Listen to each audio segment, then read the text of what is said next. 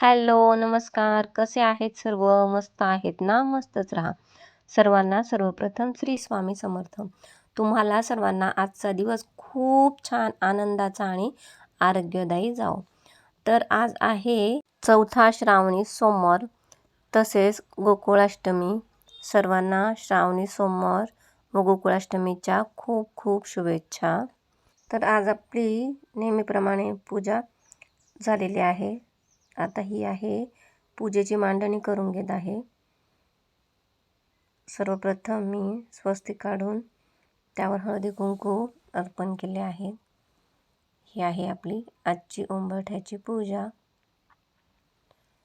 सुंदर असं उंबरठ्याचं पूजन केलं होतं. नंतर सर्वात आधी जे बिल्वपत्र आणले होते ते आधी स्वच्छ पाण्याने धुवून घ्यायचे आहेत. धुवून त्यात निवडून घेतले आहे. जे खराब होते ते मी टाकून दिले आहे. जेवढे चांगले होते तेवढेच मी घेतलेले आहे. तर या ठिकाणी मी सर्वात आधी पूजेची सगळ्या ज्या वस्तू लागतात आपल्याला त्या जवळ घेऊन बसले आहे, म्हणजे जेणेकरून आपल्याला सारखं सारखं उठावं लागत नाही. तर यात पूजेच्या सर्व वस्तू, फुलं, देवाचे वस्त्र, अगरबत्ती, समया, पंचामृत, पाणी, धूप सर्व जवळ घ्यायचं आहे. आता मी पूजेची सुरुवात केलेली आहे. या ठिकाणी सर्वात आधी आपण समई ठेवून घेतली आहे. सर्वात कोणतीही पूजा करताना आपण आधी समई प्रज्वलित करतो. तसेच त्यांना हळदी कुंकू अक्षदा अर्पण करायचे आहेत.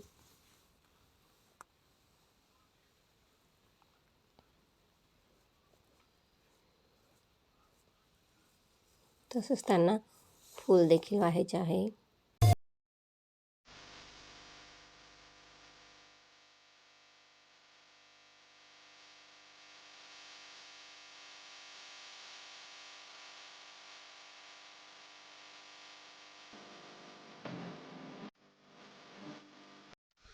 सर्वात आधी मी इथे शंकराची पिंड घ्यायची आहे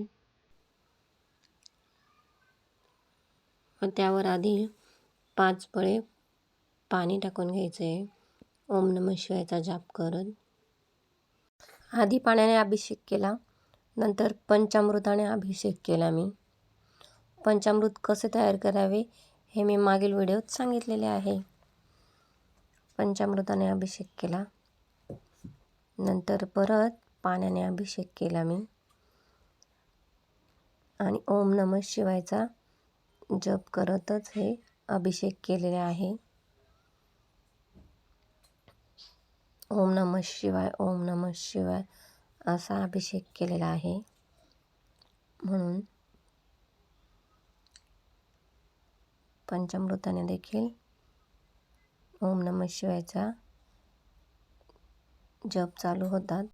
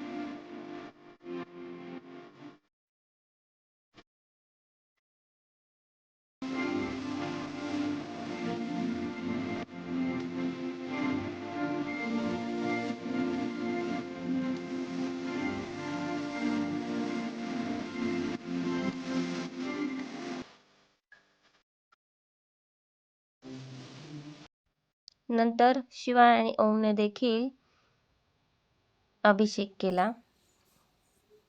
ओम नमः शिवाय म्हणून. तर बेलाचे पान हे बेलाचे पानाचं फार महत्त्व आहे.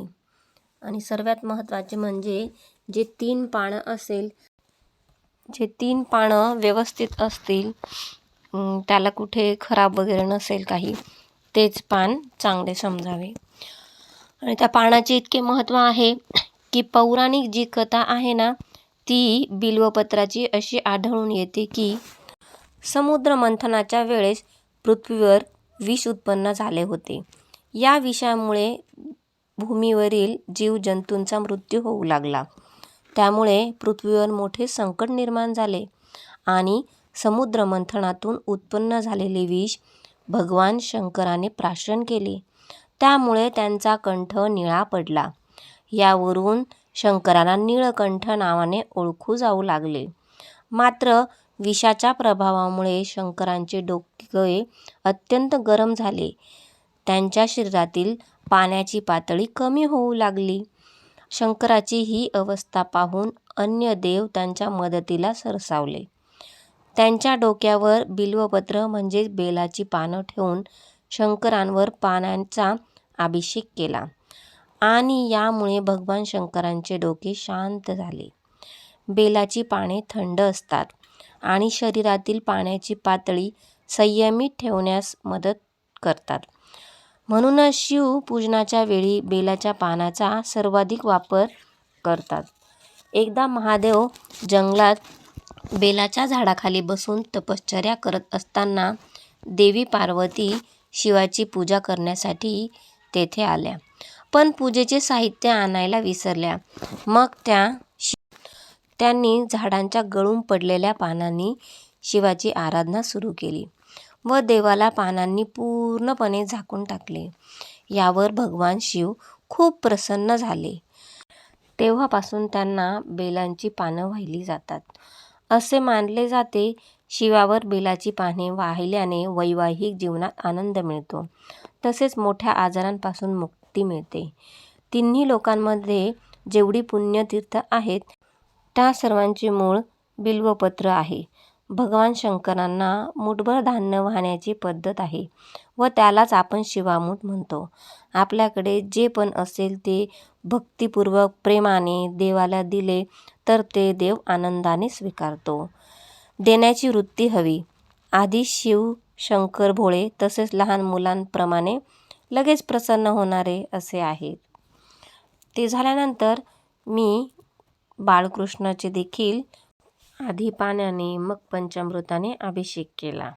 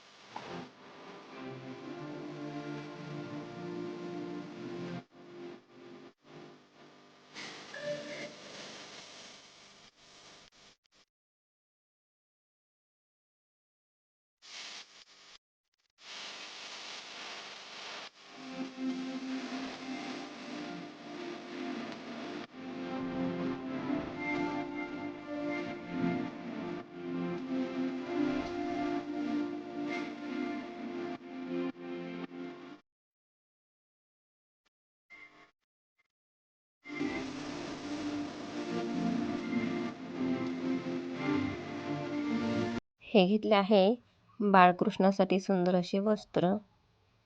ही आपली झाली आहे शंकराची पूजा. तसेच आता बाळकृष्ण देखील या ठिकाणी सुंदर अशी तयारी केलेली आहे. तर अशी झाली आहे आपली आजची पूजा. घरात अशी पूजा झाली की खूप पॉझिटिव्ह वाटते. सर्व घरात आनंद आणि उत्साह असतो.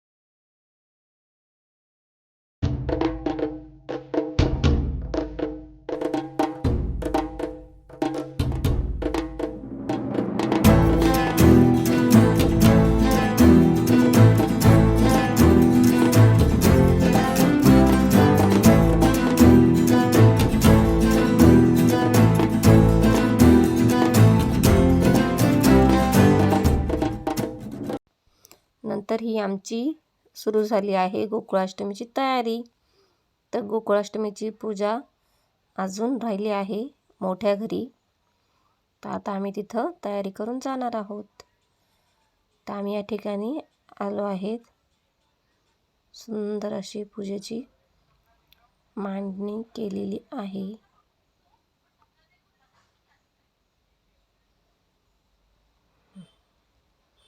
असे डेकोरेशन केले होते.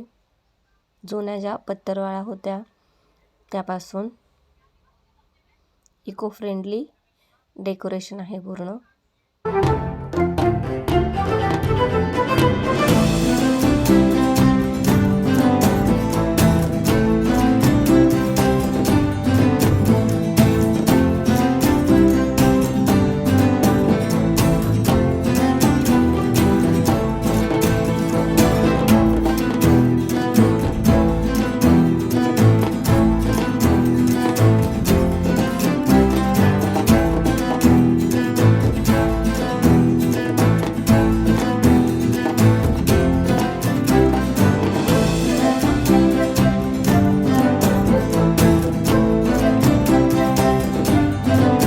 त्यानंतर 12 वाजणार होते व बाळकृष्णांची जन्माची वेळ होणार होती.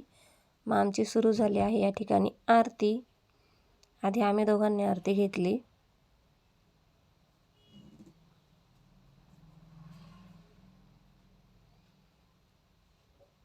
ही आहे आमची मोठी मुलगी नम्रता.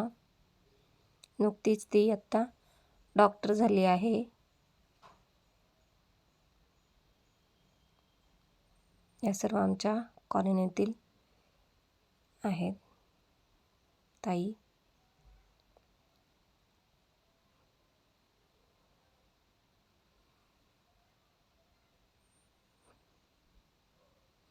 या वहिनी आहेत.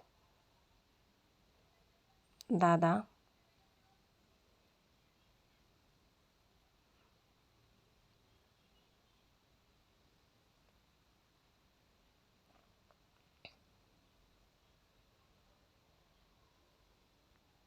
नंतर सर्वांनी आरती ओवाळली. आरती केली सर्वांनी.